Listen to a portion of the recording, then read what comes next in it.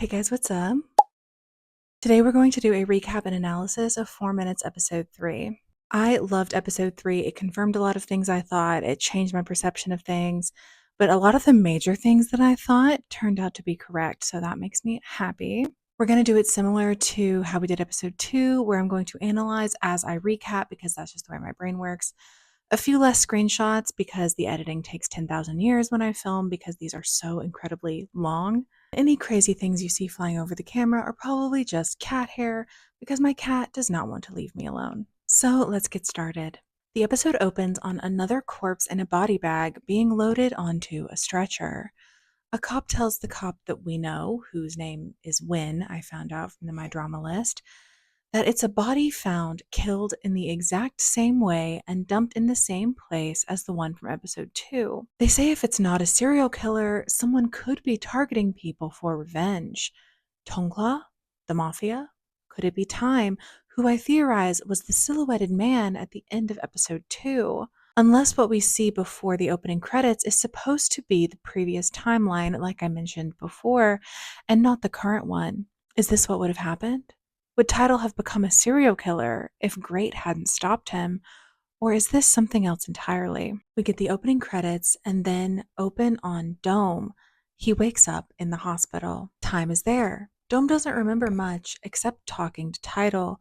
I assume that's when Tidal hit him in the head to knock him out, and then he doesn't remember much after that. So he doesn't remember anything that went down with Great or that Great saved him. Time walks off and asks for a chart. Chart for bed 4, I believe he says. Nurse B says Dr. Den has it. Time goes to the patient and sees Den. Den asks if he intubated her. Time says yes. She had trouble breathing. Den said they'd talked about it. She didn't want to be intubated again because it was painful. What was I supposed to do? Time asks. Let her die? Time, you're doing it again, Dr. Den says. Time wants to save lives at any cost, even against the will of the patient, even if the quality of life is low. Time hasn't found the human balance that sometimes people don't want to live whatever life they'd be left with if they got a certain surgery or treatment. This also explains a bit of why Time reacted so strongly to the patients who don't want to be alive anymore. I wonder if he had some more family before, but maybe they got caught up in the online gambling, lost it all, and removed themselves from existence. This could explain his vendetta against Great's family. Den continues that her breathing is still bad even when she's intubated. It's labored. She's breathing her death rattles, basically. Hospice nurses say they can always tell when someone is near death, and that's apparently what Den is seeing in this patient. What you're doing isn't treatment, Dr. Den says. It's just prolonging the inevitable. Den also gets upset that Time doesn't remember the patient's name and orders an adjusted treatment, then storms off. The scene changes to Korn walking into a bathroom, clearly the next day after his night with Fa. He checks his phone and sees row after row of messages and missed calls from Tonkla. He's clearly upset by the whole situation, but just puts his phone down to wash his face. We see a woman's undergarment by the sink. The scene then changes again to Great. He's in his apartment. He checks his phone. It's 11:01 a.m. He checks the other two clocks in his apartment for confirmation. He's clearly starting to put the pieces together that 11 is a catalyst for whatever happens to him. He calls someone, I believe it might be Korn, and asks, "What time is it?" Korn says, "9:30. Duh. Check your own watch." Great's face falls before he looks back at the clock in his apartment. 9:31 a.m., even though it had so clearly just said 11:01 a.m. Great hangs up and his head hurts. He closes his eyes and clutches his head, and when he opens his eyes again, the clock reads 11:01 a.m. I feel so bad for Great in this scene. I can't imagine what he's going through, and he probably doesn't want to talk about it, especially after his conversation with Time about the psych ward patients. Great drops his phone back onto the pool table and it taps a ball, rolling it into the opposite pocket. The 4 ball, of course. Then Great is in class, just staring at the clock, watching time tick away. 4:11. He stays in class long after everyone leaves, watching, waiting. He looks at the clock again. 11. Again, this is an analog clock, not digital. Great is even more confused than he has been, stumbling in the dark, trying to figure out what's happening to him. He can see the right time when someone tells him, but in his own mind, it's all 11. The girl from the previous episode, View's friend Maud, comes in and says someone asked her to give him an iced drink. Who? He asks. Tall, pale guy, very handsome and brooding, she says. That doesn't sound like Time. He's not very pale. But apparently it was, because the note on the drink says, "Don't forget to treat your wound at the hospital." Great's vision flashes, and for a moment it reads, "Can you forgive me, Great?" He blinks, and it's normal again, a reminder to go to the hospital. He runs out of the room, leaving poor, confused Maud in the dust. Great runs after Time and catches him. Curiously, Time is in blue. This could be another association of time with water. Blue can also symbolize loyalty and trust, serenity, stability, and wisdom. I've heard that lawyers often wear blue clothes or blue ties in court to try and inspire trustworthiness from the jury. This is also the first time I think we've seen him not wearing black. Outside of surgery, I cannot count it in surgery because they have to wear what they have to wear. The two of them go outside and sit on the bleachers to talk. Again, just like in episode 2 at the skate park, they're on the same level. Great asks if Time needs something, and Time insists he just wanted to remind Great to get his wound treated. So you came all the way to tell me? Great asks. Sweet guitar music starts to play. Great is into whatever Time is throwing his way, and if Time is actually the one investigating his family, which would make sense considering the opening scene of episode 1 when he gets shot, I'm going to be destroyed when Great finds out. Unless it's Time bringing him into the fold so they can take down his family together. Also, apparently, the drink is Thai tea. How did Time know Great liked it? I asked your friends around here, Time said. But on top of knowing his full government name with no prompting, it's another suspicious thing. Has Time been watching him, his family, learning their habits and preferences, looking for an in? The music is sweet and soft, but I'm suspicious. Which friend told you? Great asks. Which is fair. Great doesn't seem to have any friends but Tidal, who is clearly out of the picture. Maud seems like an acquaintance or a classmate more than anything. I don't know, Time replies. Some random person. Great calls Time strange, but says it with a smile. I just wanted to get to know you better, Time says. If I'm being too strange, I'm sorry. In my opinion, it really looks like Great is fighting back a smile when he looks away, but he's very good at keeping an impassive face. Great asks if Time is free that evening and if he'd like to have dinner. I'm definitely on the suspicious train because Time is moving fast and hard into this flirtationship with barely any reciprocity from Great. Great let Time have his number, and that's it. Time got an inch and is taking a mile. I definitely think he's investigating the family and needs to get close fast, and he's using Great to do it. Great says, another time, I have an assignment due. Time says, okay. Listen, if this is all an act to get closer to Great's family, Time should have been an actor instead of a doctor, because even though I suspect him so heavily, he manages to get me in every scene he has with Great. I believe him. I really do believe he likes Great. And I guess two things can be true at once, but he barely knows Great. I guess you don't have to know someone to be attracted to them, but he's convincing, even though I'm still suspicious. He just looks so soft and sweet, just like the rom-com guitar music playing over this entire scene. Great thanks Time for the tea, then says he has to leave. He makes it a few steps away before his heart does its weird, aching reverberation thing. It's 4:33. Great closes his eyes. When he opens them again, he's sitting and talking with Time. This was an interesting flashback to me. Why now? This isn't a time where he does something morally or ethically wrong he needs to go back and change. Nothing as big as saving a life.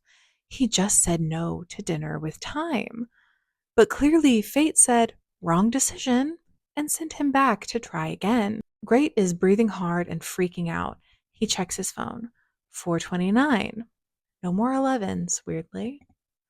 Time is saying again that he was just there to remind Great to get his wound treated. Here we go again, Great says, out loud, as if that isn't a weird thing to say in a conversation where only one of you time travels. Time is confused, and in a gesture of bravery I can't fathom, Great just spills the whole thing. He can see 4 minutes into the future. He tells Time the things that he said in the original timeline, things Great shouldn't be able to know because this time technically hasn't said them yet. He asked around for what drinks Great likes. He wants to ask Great to dinner. Time seems like he starts to believe him then. Great goes on to say when he's alone, the clock always reads 11:01. When he's with other people, he sees time normally. What kind of condition is this? He asks. Time says he's a surgeon, so he doesn't really do the whole internal medicine thing, but he can ask around. He goes to leave. Thank you, doctor, Great says. You can call me Time. That way, we can get closer, Time says. He tells Great to call him if he needs anything, then walks off. He only makes it a few steps before Great calls him back. Doctor? He corrects himself. P Time? Time seems affected when Great calls him that. After I get my wound treated, let's go get something to eat. When Time finally walks away, he has a little smile on his face. Could it be an undercover sneaky person happy to get closer to his mark? Yes. Could it also be because he has a crush, and his crush agreed to a meal with him? Also yes. Scene change to Dr. Den's office.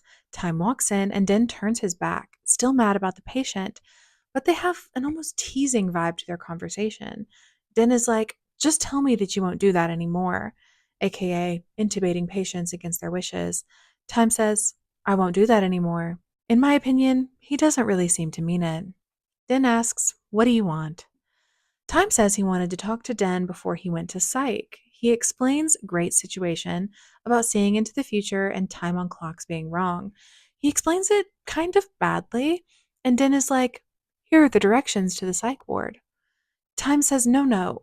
He sees the future accurately, and he sees 4 minutes ahead. Den immediately perks up like a bloodhound on the scent.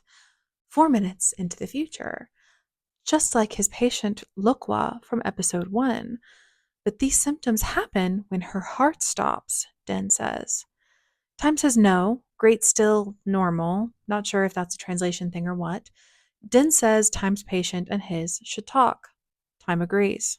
Time confirms she only sees into the future when her heart stops. Yes, Den says.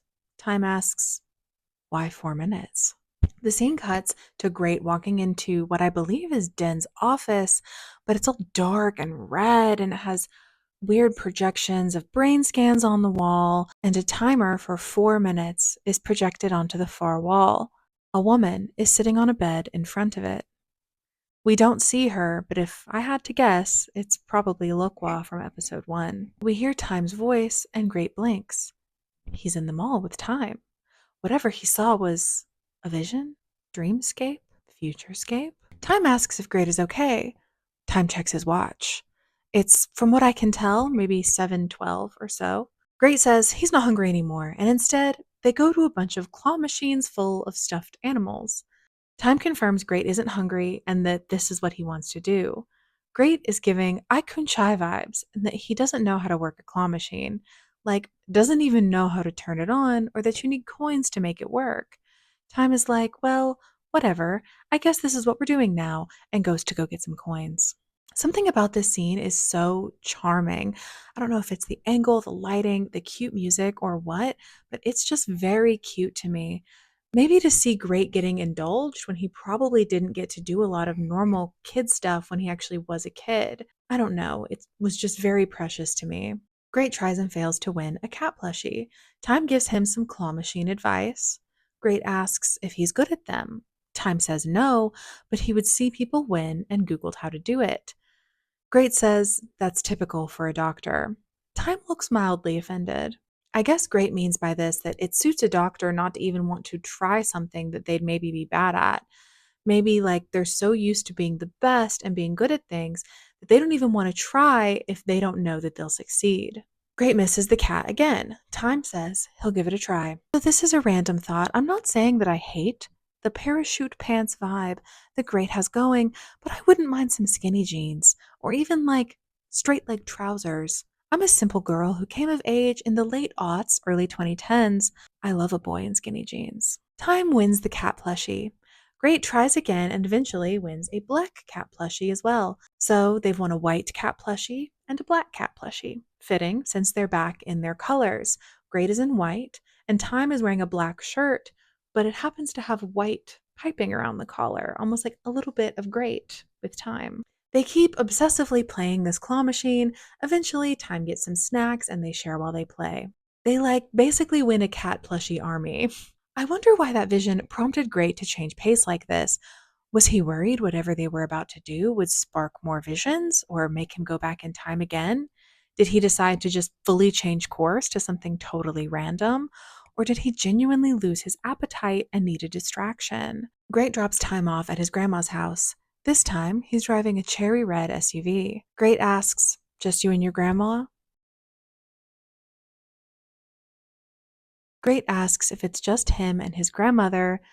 They have a very frank and honest conversation about Time's family situation, how his parents died when he was young, he lives with his grandmother, and he needs to become a surgeon so he can make enough money to take care of her. All he says about his parents is just that they passed away when he was young. And I'm not saying I entirely don't believe him, but I think that there's more to it than that, at least more to something. I don't know if it's his parents, if it was a sibling, but he doesn't mention anything more, which he doesn't have to. Again, he doesn't know Great very well, but I think this is the cause of what he's got going on with Great's family. We just need to wait to learn. Time says Great probably doesn't understand what he went through since he's rich. Great says that yes, he's got money, but he's never been happy. How come? Time asks. And then, whoa, this truly surprised me. Great was the affair baby. I was spending the whole time thinking either neither of them were affair babies or that maybe it was Corn was the affair baby. I don't know. His relationship was just a lot more fraught. Not that Great's relationship isn't fraught, but it's the same with both parents, whereas Corn has a lot more frisson with just the mom. Great says that it used to just be him and his mom, and he liked that. Then his dad's first wife deleted herself from existence, and so he and his mom moved into the main house. Wow. So Corn is the legitimate son. Great is the affair baby from the dad and Great's mom. Definitely not what I was expecting. Is this part of why Corn's mom did what she did? Did she find out about the affair? Did she find out about Great? Or was it something entirely unrelated? And this is also why I really need to trust my gut more. I had a feeling that Corn's mom was dead, and unless it's a fake out or a lie or an elaborate plot twist, I was right. I let other people's opinions, aka Tumblr's opinions, about Mani cloud my judgment. Anyway, I'm quite surprised Great was the affair baby. I truly didn't expect that. So Great explains that as his family got wealthier, they spent less time with him and basically just tried to parent him with money. He asked to play the claw machine once as a kid, and his parents said it was a waste of time and just bought him an expensive toy. Time says if Great wants to play the claw machine again anytime, just to ask, and Time will go with him. They sit in the quiet of the car for a moment, and I had an absolute flip out panic when Great reaches for Time's hand. Our sad, lonely rich boy is reaching out for someone. And dear reader, they hold hands. I literally had to pause and just writhe around on my bed for a minute because I could not handle how cute it was. And when their hands touch as soft piano music plays, Great sees a vision of their future. They're holding hands. Great leans in, still having flashes of visions of them together in the future, intimately. The same visions we've seen in flashes already, as far as I can tell, but they're much slower, so we can actually absorb what we're seeing. They are just about to kiss when Granny comes out and turns on the light to take out the trash. Come on, Granny, your son was just about to get some sugar. This scene, with the way the lighting was, also reminded me of the end of episode 2 with the man standing in the beam of light, except the light is between them, like a little flame of the beginning of their feelings, instead of being eclipsed by them. And well, I guess we know neither one of them is conflicted about liking men.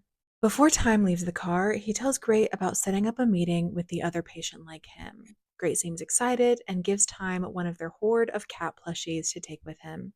Flash to the online gambling den. Non is putting her bra back on, clearly having just serviced the sleazy manager guy, not Corn, like the day to day operations person. He's asleep, and she manages to take the key from around his neck. The key we know from episode 1 opens the safe with all the shareholder information in it. She opens the safe and scans the paperwork. She takes photos of the shareholder list, some important people I don't think actually matter aside from their titles, and texted them to someone. And not like a one off, like just found a contact and texted them. Whoever she texted, she has a chat history with. Is this the same person that she gave the flash drive at the end of episode 2? She goes to return the papers, then hears a noise. Her head whips around. The couch is empty. Back again, he's there and throws her to the ground, demanding to know what she's doing. He threatens to kill her. They scrabble. She hits him over the head with a bottle and runs off, with her phone, pointedly. This scene also confirms for me, I think it's the same place that Time dies in the beginning of episode 1. Non running through it at night, it almost looks exactly the same. So it's basically confirmation. Great and Time are connected. They need each other to save each other. She calls someone as she's running. I'm being captured. Help me, she exclaims. When the call connects, but she's shot in the same moment. She falls with a groan. Her leg was hit. Before the guy can even take a step towards her, she throws her phone in the water. They know she has an accomplice, but without the phone, assuming she doesn't tell, they'll never be able to find out who it is. Next thing we know, she's being carried into the trunk of a van, and they're telling Corn that they can't turn her phone on. So I guess they found it. The girl is alive, I would assume, since they probably want to interrogate her. Corn tells the ops manager guy to take her to the place that Corn texted and find out who she sent the information to. Bless him, Corn looks so stressed. If only he wasn't stepping out on my baby Tonklaw, maybe I would care more. No, but truly, I like how this show is taking the time to really flesh out the characters. Even if we don't sympathize with them and wouldn't make the same choices, we understand why the characters do what they do. Each decision Korn has made so far, I've understood why he's making it, even if I don't like him for it. Same with the cop and Tonklaw and Great and Time. Even their ulterior motives, if true, I understand. And then we go to Mr. Cop, aka Win. He is in his office at the police station. The chief comes in and says that he is going to take over the case of the dead people in the swamp, aka Tonklaw's brother and the others, and Win should send him everything he has on the case by the end of the day. I smell a cover up. It makes me wonder how Tidal knew about that place. If the bodies keep being dumped in the same area, is Title's family involved? Are they politically connected? Mafia? Assassins? Is Great's family involved too? Clearly, the chief is getting paid off to bury the case, whatever it is. One thing the chief doesn't understand is that Win has a big fat crush on our cutest, sweetest, most angel-faced character, Tonklaw, who is currently still having a mental breakdown in his apartment. Gone is the warm, golden haven we found in episode 1. In its place is a dark, cold room devoid of life. Tonklaw still wears black, in contrast to the soft blue he wore before his brother died. There are still no calls on his phone. Why do I put up with this? He asks rhetorically. No one is there to answer anyway. No Corn, not even a text or call. His brother died, and his lover hasn't even spoken to him since it happened. In his despair, Tonklaw pulls out what I believe to be illicit substances. No idea what it is, truthfully. Honestly, it looks like a chemistry set, but I don't think that's what it is. He lights up, takes a deep breath, and flies. Notably, he's sitting on his desk, feet in his chair when he does this. Subversion. He's not properly working, he's not laying on the floor, he's reclaiming his space, defiling it, forcing it to bend to his will to suit his own needs. Is this a turning point? Is Tonklaw close to giving up on Corn?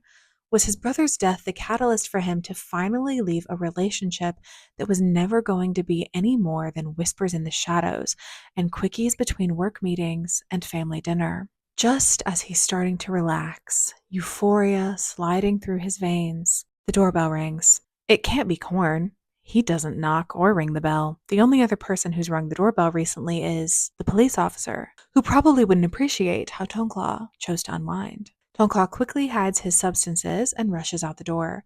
In the aftermath, his room looks like it's been hotboxed, like he's been at it for a minute. It could just be an artistic choice to add haze, though, to almost represent his emotional turmoil and clouded judgment. I'd love to point out that every time they've spoken at Toneclaw's house, this has been the setup, a literal wall between them, insurmountably tall. Here in particular, we have Toneclaw in the shadows and Win in the light. Toneclaw has clearly expressed his belief that life is more gray than anything is morally clear, as the cop seems to believe. The lighting just emphasizes their differences. Unless this wall is breached at some point, nothing is going to happen between them, especially if Toneclaw can't give up corn. Also note, Toneclaw is in black, like he's been since his brother's death. Win is in blue. Like I said before, blue is trustworthy, serene, and the color of loyalty. The cop explains the situation. The chief is handling his brother's case now. He doesn't think Toneclaw will get any answers. Is the chief not good? Toneclaw asks. Win glances around, over his shoulder. I can't say it here. Then, as if from my mouth to the director's ears, Toneclaw literally reaches out and throws the gate between them open. He breached the wall himself. Win didn't even touch it. Not only is Toneclaw going to do anything to get answers about his brother, he's finally leaving his self-imposed isolation. Or maybe the isolation that Korn put him in, intentionally or not. We've never seen Toneclaw outside his house except at the police station. I think he's the only character we've never actually seen outside except when he's in the courtyard of his building talking to Wen. But that's still sort of in his house, like a beautiful bird trapped away in a cage only for its master to see. Well, the bird just threw the cage door open. Not to leave, not quite yet. He invites Wen inside. Toneclaw picks up all the stuff he threw around, and the cop sees his substances. Are you okay? He asks. Toneclaw says yes. He closes the drawer and goes as far as to sit on the side table. Do you live alone? The cop asks. No family? Or partner? No one, Toneclaw says, which just breaks my heart. Obviously, we know he lives alone, and that's normal in real life, but this is a show where every choice is intentional. No one, Toneclaw says. He has no one. Wynn explains the chief is known for taking bribes to manipulate cases. Has Toneclaw checked his brother's social media? Toneclaw says no. That's fine, because Wynn has read every single post and comment. There's a comment from one of his brother's friends. Deep down, everyone knows who did it. I do wonder, the comment was made by someone named Maud G, the same Maud we know from grade school. Did Toneclaw's brother go to the same school as our leading man? Also, I don't know if it's just me, but Toneclaw was giving very flirty vibes during this scene. He sits on the side table, like I said, while Wynn stands straight, lowering himself immediately so he can look up at the cop with his big, beautiful doe eyes. His head almost kind of lolls around as he speaks, kind of tilting his chin, giving maybe his best, most doe-eyed expression. His tone is almost teasing despite the subject matter. What is Toneclaw doing with Wynn? Wynn concludes that he won't give up on the case no matter what the chief says. For you to help me this much, what do you really want? Toneclaw asks. Wynn starts to say he wants Toneclaw to know there are still good cops, but Toneclaw interrupts. You like me? Which to me was obvious from the moment Toneclaw ran crying into his office in episode 2, but it's nice to know I'm not the only one who thought so. Wynn goes quiet, but I have eyes, and so does he, and his are looking at Toneclaw's mouth. Toneclaw stands up, gets in his space, and kisses him. Immediately going from the submissive, subservient position to standing, pushing, claiming the space, claiming the moment. He's not waiting for Wynn. He's not waiting for Korn. He is going to do something now. The moment their lips meet, sharp violins start to play. It's interesting, the music associated with each couple so far. Korn and Fa were jazzy and sultry. Great and Time have been delicate and sweet, both with the guitar and piano. Toneclaw with Wynn is sharp, beautiful, but aggressive, tense. They kiss again, once, twice. But Win pushes Tongclaw away. I shouldn't be doing this. You're still grieving. In the next shot, they're naked, in Tongclaw's bed, not the couch, like he was with Corn. Tongclaw asks the same of Win as he did Corn. He wants to forego protection. I already assumed this was Tongclaw grieving not only his brother, but whatever dream he might have had about his life with Corn. This solidified it. Rationally speaking, he doesn't know Win. He has no guarantee Win is safe to be with in that way. Even if Win says he is, he could be lying.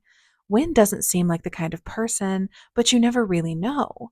Tongclaw is desperate for a real connection, to be more to someone than just a dirty secret. Win says it's safer if they use protection. Tongclaw looks upset but doesn't argue further. He just throws some nice product placement on the bed so they can pay for the gorgeous cinematography and soundtrack. I do appreciate that even though Tongclaw wants this, he never argues when the other person pushes back. He asks, they say no, he moves on. I have so many unalgorithm friendly jokes and comments to make, but to appease the moderation gods, I will keep them to myself. And you know what? Besides that one thing, Tongclaw gets what he wants from the encounter in every other way. Do this, do that, and Win just does it instantly. I don't know why it's still so funny to me that the main couple literally just held hands for the first time in this episode. They haven't even kissed yet, and Beyond Cloud said, we're not going to let that stop us from keeping our chili pepper reputation. And they haven't. Tongclaw is carrying the BOC chili pepper rating on his back. Well, and Bass's butt, I guess. After the intimacy is over, Win goes in for another kiss, and Tongclaw says, I'm going to clean up. I'm also very curious about this thing that's in Tongclaw's apartment. Is it just a decor piece? It's in almost every scene with Tongclaw. What do you think it's supposed to symbolize? I'm struggling to form an opinion. Someone commented on my first video about this series that the black cat Tongclaw saw could be a reference to the Edgar Allan Poe story, The Black Cat, where the cat symbolizes a man's addiction. The more we see of Tongclaw, the more I think that might be the case. Tongclaw clearly has very unhealthy coping mechanisms, and he struggles to ever deny his vices. Intimacy, even if it's unhealthy, illicit substances, and cigarettes. I wouldn't say he's hedonistic because he doesn't really revel in any of his addictions, except maybe corn. Maybe corn is his true addiction, his true unhealthy bad habit that he just can't kick. And that's what the black cat symbolizes. I'm also kind of obsessed with the way they frame the afterglow, though I hesitate to call anything about this shot glowing. Even getting what he thought he wanted, Tongclaw's life is still gray. He couldn't fill the void Corn left. He's indulging in a cigarette, wrapped in a gray robe, his hookup laying in bed between them. Win takes a creeper photo of Tongclaw from behind. I can't blame him, but that's a little weird. It's mostly Tongclaw's back, just a bit of his profile in view. I'm sure that won't come back to bite anyone in the butt at any point. I wonder how long before Corn sees that photo somehow. I didn't think you were like this, Win said, after putting his phone away. Like what? Tongclaw asks. Like this. A moment of appreciation for the art. I believe that the police officer was referencing the substances on top of Tongclaw's hypersexuality, maybe. Tongclaw asks, why? You gonna arrest me? They joke a bit, then Tongclaw asks if Win can stop by and keep him company more often. Back to my caged bird comment. Tongclaw doesn't offer to leave, doesn't offer to go meet Win anywhere. He wants Win to go back to him. He's not totally ready to leave his space, his gilded cage, but he's letting someone else in. Was this a prison of his own making? Or someone else's? Corn's? Of course, Win says. When he's not busy with work, Tongclaw can call him anytime and he'll be there. Exactly what Tongclaw has probably always wanted to hear from Corn. However, I do think Win is just another one of Tongclaw's unhealthy coping mechanisms. Until he's ready to break out of his cage, the cycle will continue. I wonder if Tongclaw thinks the only way to keep Win on his brother's case is to do this. Not that I don't think he would have been intimate with him regardless. He's lonely and looking for a self-destructive coping mechanism that feels good. Enter stepping out on his partner with a cop, while his partner also steps out on him with his feared? Question mark. Maybe it's a bit of all of that. People rarely do things for just one reason. Respect the Petty on Tumblr also did an excellent comparison of this scene with his intimacy scene with Korn from episode 1. How the moves and the cinematography are very similar or almost the same, but the tone is totally different. Toneclaw was more intimate with Korn, even if they were just on the couch. He was smiling and warm, and the light was golden. With Win, even though they're in his bedroom, his more intimate place, it's cold and detached and gray. Toneclaw is just using Win, if that wasn't already abundantly clear. Then we go back to what I believe is grade school, and Win is there. Turns out Mochi is Maud. Win goes to talk to her about her comment on Toneclaw's brother's social media post, but someone must have gotten to her first. She says she didn't mean anything by it. She doesn't know what the cop is talking about. Someone is watching them from the shadows. What color would you say that shirt is? I'm stuck between white, gray, or like a slate blue. If it's white, it could be any student, which makes it hard to narrow down. It definitely looks like a structured button down, like what the students wear. Wen goes back to his car. There's a handwritten note on the dashboard. If you don't stop prying, I'll kill you. Back at Great's apartment, it's raining. He lights up a cigarette, bringing his fire into the scene. The clock says 11:01.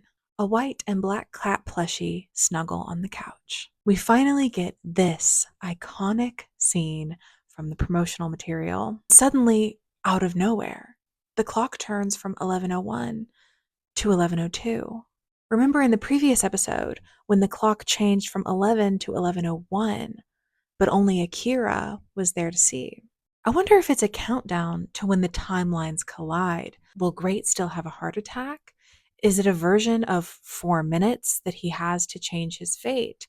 What happens when the big clock finally hits 11:04? Great rushes to his desk and starts writing things down. Exam day. He woke up at 11 a.m. He goes back through his visions with Mani and Dome and time. He saw time outside his condo at 11:01. He has pieces, but not the whole puzzle. He messages Time about meeting the patient like him via voice memo for some reason. She's his best bet at getting answers, especially if the time is moving forward. If it is a countdown, Great needs to know what happens when the clock runs out, before it's too late. Time doesn't answer, so Great calls. Time still doesn't answer. Curious. Maybe he's trying to figure out what to do about his missing conspirator Nan. The call did connect before she got shot and threw her phone in the lake. The scene changes to Korn in some bar, dark red velvet location. He's drinking wine. Finally, a spare moment for him to call Toneclaw. Just as his finger hovers over Toneclaw's contact, the gambling manager calls. He has to answer. Nan's phone still isn't working and she still won't talk. Then I'll go talk to her myself, Korn says. Don't hurt her under any circumstances. I don't know what Korn thought he was getting into with all this, but the chairman literally deleted a shareholder from existence with, as far as we know, 0 consequences. Korn is desperately scrambling for control to keep his head above water, to remain a good person. But to impress his father, to be the heir he knows he has to be, he's slipping under the surface faster than he can claw his way back up. And what happens when he stops trying? Will he stop trying? Would he still be himself if he stopped trying? Would he still be the man Toneclaw fell in love with? But how can he be who his father expects him to be otherwise? I'm wondering now, just in this moment, if Korn is really doing all of this, if he's really throwing himself into the company, into this role, even though he knows the dangers, because he doesn't want Great to have to do it. I think he kind of knows that someone in their family has to occupy this position, and he knows that his father's aging out, and he doesn't want Great to get wrapped up into it, so he does it himself. We've learned from the show, even so far, Great is gentle. There's a soft sweetness to him that a lot of the other characters don't have. He's almost naive. unbelievably trusting of others in a way that is shocking even to me. And to Korn, if he knew about the mafia stuff before, he must just look at his little brother like a walking target. I don't even think that he'd be able to survive living a life like that. But if he did, what would he become? He wouldn't be the sweet, gentle person that Korn loves as his little brother. So maybe this is him taking on this role, taking on that darkness, so Great doesn't have to. It would also give him a chance to have a redemption arc later in the show. Korn hangs up, and surprising, at least to me, Great shows up. He asked Korn to meet. So, Korn can make time for the people he loves when he wants to. And even in what I was saying earlier, we're clearly seeing how much Korn loves Great, how much he prioritizes him, how much he makes time for him, how much he almost babies him in a way, not in a infantilizing way, but in a big brother, little brother way.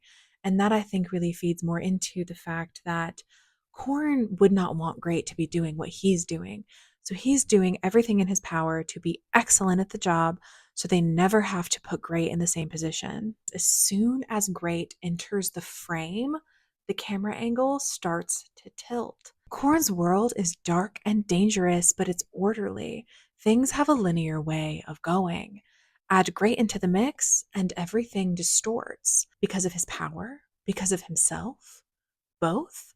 Will Great ultimately be the undoing of Korn's carefully maintained attempts to be their father's perfect son? I also think the camera angle shifting is Great's power, Great having changed things up till now. In the original timeline, he would have no reason to be meeting Korn at this moment because he's never met Time, so he wouldn't have ever not had Time answer his calls to then be frustrated to go meet his brother. So Great is changing the timeline. Great is changing everyone's fate. Whatever would have happened before isn't going to happen now because Great is changing everything. Great updates Korn on his situation. Remember the whole seeing the future thing? Well, now when he's alone, the clock is stuck at 11:02.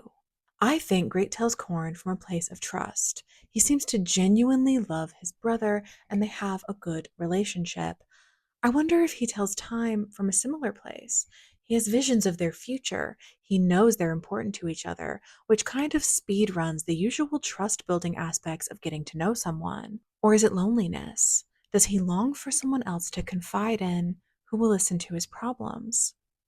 Is it both? Go see a doctor, Korn says. Sound advice. I'm trying, Great says, but now he's not answering my calls. Is it because he's off in the night trying to go save Nan? Korn immediately goes into Big Brother problem solver mode. Go get a new doctor. Do you want me to find someone? Great kind of stammers something like no, and Korn just continues. He'll set an appointment. He's clearly worried about Great, and this is a problem he can actually solve relatively quickly. The appointment, if not the root of the problem. Clearly, he thrives on being able to help people. Is that why he likes Tongkla so much? Is Tongkla a project for him? Great thanks Korn and seems genuinely worried, exhausted, but also grateful to his brother. Korn tells Great to start drinking without him. He's going to use the bathroom quickly. As he gets up, the camera angle tilts again. Has this news, which probably didn't happen in the original timeline, because again, the original timeline, Great wouldn't have seen the future, would have never met Time. Has that changed something? Has the course of fated events altered irrevocably? Is it possible Korn can also be saved from the dark path he's set down? Korn goes to the bathroom and immediately gets accosted in the hall by Time and threatened with a knife. It's obviously Time. I know those eyes. I know that voice. You think a baseball cap and mask is enough to stop me? So, confirmation that Time is the conspirator. Thank you, past me, for being so smart and observant. The mysterious figure, aka Time, asks where Nan is. They exchange tense words. The mysterious figure uses the knife to delicately draw blood just on the surface of Korn's neck. Almost with a surgeon's precision, one could say. Korn takes a chance to disarm the figure, and they start fistfighting in the hall. Then, obviously, Great shows up and is like, WTF? And we get some further confirmation that it's obviously Time. Just look at those big, beautiful eyes. Time clearly doesn't know what to do, grabs the knife, and runs off. Great wants to help Corn, but Corn tells him not to let the man get away. So Great, being an amazing little brother, chases after the mysterious figure. And Great was no slouch in his fight with Tidal, but clearly physical altercations are not his strong suit.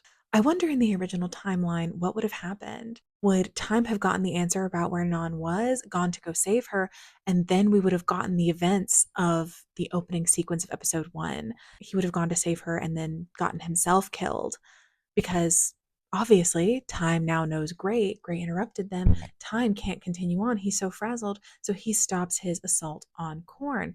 Would he have stopped the assault in the original timeline? Would Great have even been there to stop it? Or would Corn have been alone?